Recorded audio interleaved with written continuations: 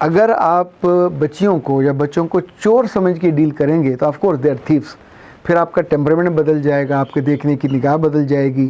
آپ ایک یونیورسٹی کے, پڑھی لکھی یونیورسٹی کے واچ مین نہیں ہوں گے, آپ ایک پولیس کے ایک منفی سوچ والے ایسے سپاہی ہوں گے کہ جو ہر کو چور سمجھ کے اسے ڈیل کر رہا ہوگا, اس سے بات کر رہا ہوگا. ظاہر اس کی ٹون بھی بدل جائے گی, لہجہ بھی بدل جائے گا.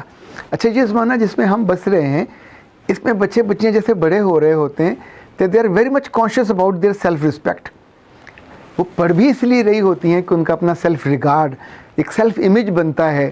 کیا آپ پڑھائی کے بعد ایک باعزت ہو جاتے ہو اور آپ سوچتے ہو اب مجھے کوئی اوئے کر کے یا تو کر کے نہیں بات کرے گا, کوئی بلائے تو آپ کو بہت برا لگتا ہے.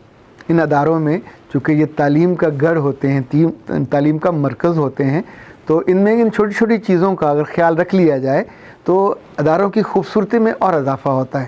ایک بات جو میں نے زندگی میں سیکھی کہ ادارے بڑے دیواروں سے نہیں ہوتے, ان پہ لگی تاروں سے بھی نہیں ہوتے. یونیورسٹیوں کے اندر اگر گارڈز موٹر سائیکلوں پہ اور گاڑیوں پہ اور گھوڑوں پہ اور جتنے مرضی وہاں سینکڑوں بھی گھوم رہے ہوں تو یونیورسٹیاں ان گارڈوں کی وردیوں, ان کے ڈنڈوں, ان کے اسلحے کا نام بن نہیں سکتا. یہ سارے وہ ہونے چاہیے جو ماحول کو ایجوکیشن کی طرف فیسیلیٹیٹ کرنے والے ہوں, ایک ڈرانے والے, ایک خوف کا ایک ایسا سمبل بن جائیں کہ جس کی وجہ سے بچیاں انکمفرٹیبل ہوں اور انہیں ان سے بات کرتے ہوئے دقت ہو. تو آف کورس اس پہ ضرور توجہ دینی چاہیے. جو ایک اور چیز لگے ہاتھوں آپ سے ذکر ہو جائے کہ یونیورسٹیوں میں خاص طور پہ جو لوور سٹاف ہے, خاص طور پہ جو کلرک ہوتے ہیں, ریسیپشن پہ بیٹھے ہوئے لوگ ہوتے ہیں, کتابوں کو دینے والے, ڈسپلے کرنے والے یا ہیلپ آؤٹ کرنے والے, یہ عام طور پہ کم پڑھے لکھے ہوتے ہیں. ان کی اورینٹیشن اتنی زیادہ نہیں ہوتی, پر یہ وہ لوگ ہیں جن کی زندگی میں کبھی ٹریننگ ہی نہیں ہوئی ہوتی, جن کو آنکھ اٹھانے, دیکھنے, بات کرنے, لحاظ کرنے, ان کا ریگارڈ کرنے کا کبھی کوئی کیا کہنا چاہیے کوئی ٹریننگ سیشن نہیں ہوا ہوتا. اور یہ جن کا سب سے زیادہ واسطہ پڑتا ہے بچیوں سے خاص طور پہ. دیکھیں, جس لمحے آپ کی نگاہ جاتے ہی اس کو سکین کرے گی, اس کے جسم کو, اس کے کپڑوں کو دیکھے گی, تو اس کے بعد اگلا کتنی ہی دیر وہ لڑکی کسی نارمل گھر سے ہو, اچھے گھر سے ہو, بہت ماڈ گھر سے ہو, بری نگاہ کے بعد آپ نارمل نہیں رہ سکتے. اور بری نگاہ ایک بری جگہ پہ تو ہو سکتی ہے, اچھی جگہوں پہ, تعلیمی اداروں میں, وہ چاہے کالجز ہوں چاہے یونیورسٹیاں ہوں.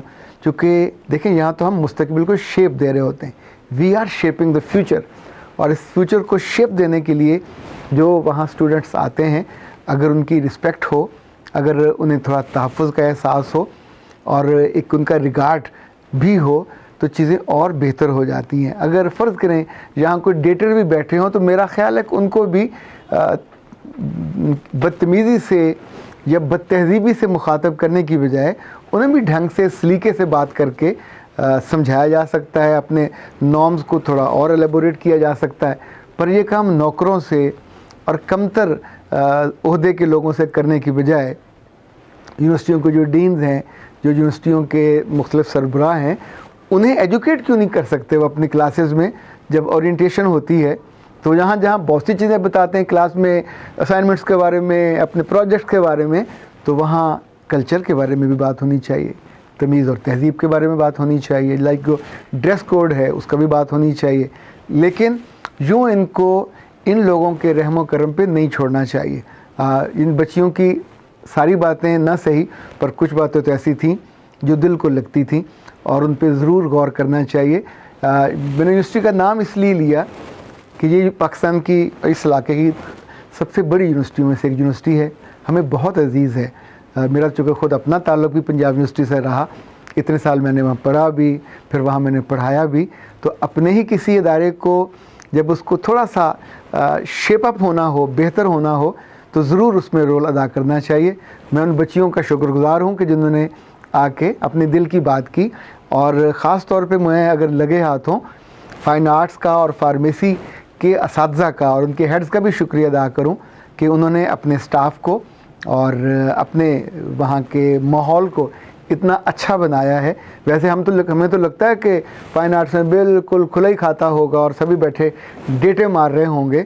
تو ان بچیوں کا یہ کہنا تھا, یہ I am not the witness, ان بچیوں کا یہ کہنا تھا کہ ہمیں آتے جاتے وہاں دقت نہیں ہوتی. تو یہ زیادہ سہولت کی بات ہے، یہ زیادہ اچھی بات ہے اور یہ زیادہ سکون کی بات ہے۔ یہ ہماری بیٹیاں جن جن کالجوں میں جاتی ہیں، خاص طور پہ والدین کو بہت زیادہ شکوہ شکایت ہوتی ہے اکیڈمیز والوں سے کہ وہ تو ایک لڑکیوں کو ٹول کے طور پہ استعمال کرتے ہیں کہ چونکہ زیادہ ہوں گی، لڑکے کھڑے ہوں گے، چھیڑ چھاڑ ہو رہی ہوگی تو اور لڑکے بھی اٹریکٹ ہو کے وہاں آتے ہیں۔ بچگانہ سی چیز ہے، کم تر چیز ہے، گھٹیا سوچ ہے۔ یونیورسٹیاں اس سے ماورا ہوتی ہیں، ہونی بھی چاہیے۔ یونیورسٹیاں اسی لیے بڑی ہوتی ہیں کہ وہ علم کا، تعلیم کا، تہذیب کا ایک مرکزی ہوتی ہیں، مستقبل ہوتی ہیں، اور ان سے پڑھ کے نکلنے والی یا نکلنے والے انہی چیزوں کو پھر آنے والے دنوں میں ریپلیکیٹ کرتے ہیں جب وہ جابس پہ ہوتے ہیں یا اپنے گھروں میں ہوتے ہیں۔ آپ سب سلامت رہو، اور جن جن اداروں میں ہو وہ ادارے بھی آپ کی سلامتی کا، تحفظ کا محور اور مرکز بنے اور آپ کے بارے میں سوچتے رہیں۔ اختر عباس کو اجازت دیجیے۔ السلام علیکم ورحمۃ اللہ۔